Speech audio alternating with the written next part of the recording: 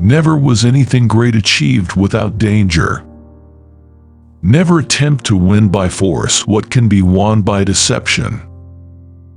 Men are driven by two principal impulses, either by love or by fear. Everyone sees what you appear to be, few experience what you really are. If an injury has to be done to a man, it should be so severe that his vengeance need not be feared. The lion cannot protect himself from traps, and the fox cannot defend himself from wolves. One must therefore be a fox to recognize traps, and a lion to frighten wolves. The first method for estimating the intelligence of a ruler is to look at the men he has around him. There is no other way to guard yourself against flattery than by making men understand that telling you the truth will not offend you. It is much safer to be feared than loved, because love is preserved by the link of obligation which, owing to the baseness of men, is broken at every opportunity for their advantage. But fear preserves you by a dread of punishment which never fails. People should either be caressed or crushed. If you do them minor damage, they will get their revenge, but if you cripple them, there is nothing they can do.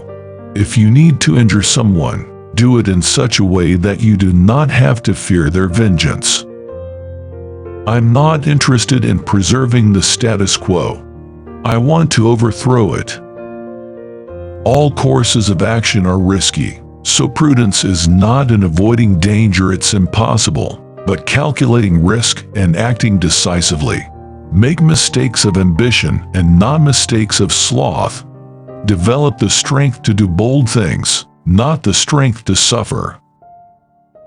Because there are three classes of intellects: one which comprehends by itself, another which appreciates what others comprehend, and a third which neither comprehends by itself nor by the showing of others. The first is the most excellent, the second is good, the third is useless. It is not titles that honor men, but men that honor titles. How we live is so different from how we ought to live that he who studies what ought to be done rather than what is done will learn the way to his downfall rather than to his preservation. Where the willingness is great, the difficulties cannot be great. He who seeks to deceive will always find someone who will allow himself to be deceived. Men in general judge more by the sense of sight than by the sense of touch, because everyone can see but few can test by feeling. Everyone sees what you seem to be, few know what you really are, and those few do not dare take a stand against the general opinion. Since love and fear can hardly exist together, if we must choose between them, it is far safer to be feared than loved. The vulgar crowd always is taken by appearances, and the world consists chiefly of the vulgar. Men are so simple of mind, and so much dominated by their immediate needs, that a deceitful man will always find plenty who are ready to be deceived. He who wishes to be obeyed must know how to command. A man who is used to acting in one way never changes. He must come to ruin when the times, in changing, no longer are in harmony with his ways. A prudent man should always follow in the path trodden by great men and imitate those who are most excellent, so that if he does not attain to their greatness, at any rate he will get some tinge of it. There is nothing more important than appearing to be religious. Whosoever desires constant success must change his conduct with the times.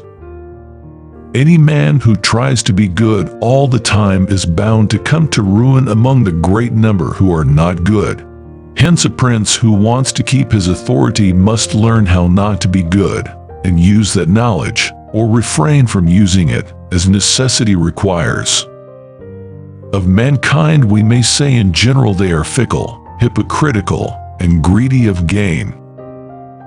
And here comes in the question whether it is better to be loved rather than feared, or feared rather than loved.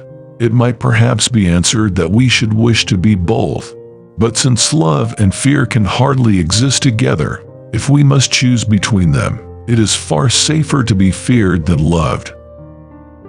It must be remembered that there is nothing more difficult to plan, more doubtful of success, nor more dangerous to manage than a new system. For the initiator has the enmity of all who would profit by the preservation of the old institution, and merely lukewarm defenders in those who gain by the new ones.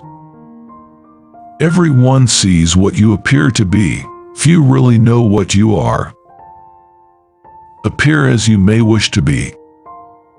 Wisdom consists of knowing how to distinguish the nature of trouble, and in choosing the lesser evil.